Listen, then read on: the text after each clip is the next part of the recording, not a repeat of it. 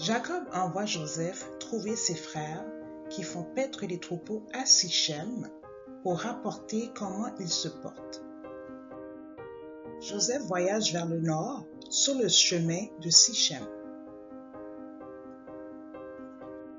Quand Joseph arrive à Sichem, il cherche le pâturage mais ne trouve pas ses frères.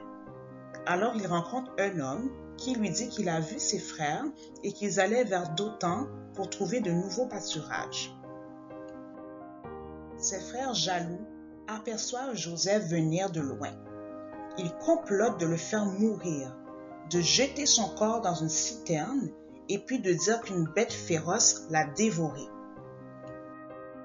Leur frère Ruben dit non et leur dit de ne pas porter atteinte à la vie de Joseph, de ne pas le tuer ni de répandre son sang.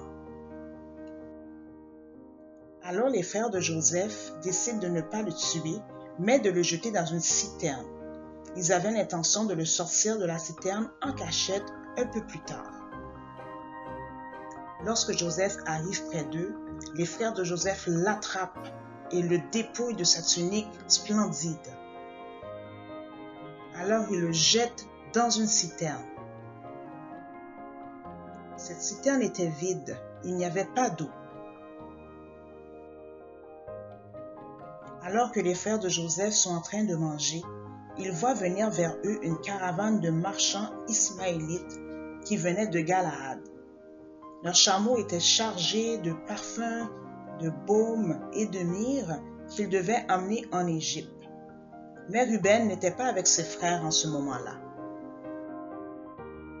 Alors Juda, un des frères de Joseph, a l'idée de le vendre aux marchands ismaélites.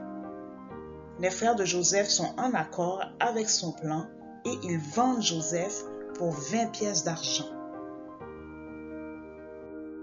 Lorsque Ruben revient, il ne trouve plus Joseph.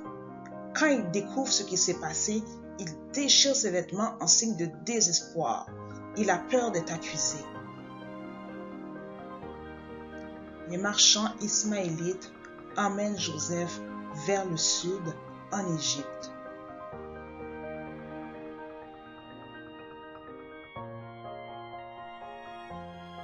En Égypte, Joseph est emmené au marché d'esclaves. Potiphar, qui travaille pour le pharaon comme chef de la garde royale, est au marché et il cherche un esclave. Alors il fait une offre pour Joseph et l'achète aux marchands ismaélites. Au même moment, les frères inventent un mensonge pour expliquer pourquoi Joseph a disparu. Alors ils prennent un bouc, ils l'égorgent et trempent la robe de Joseph splendide dans le sang du bouc.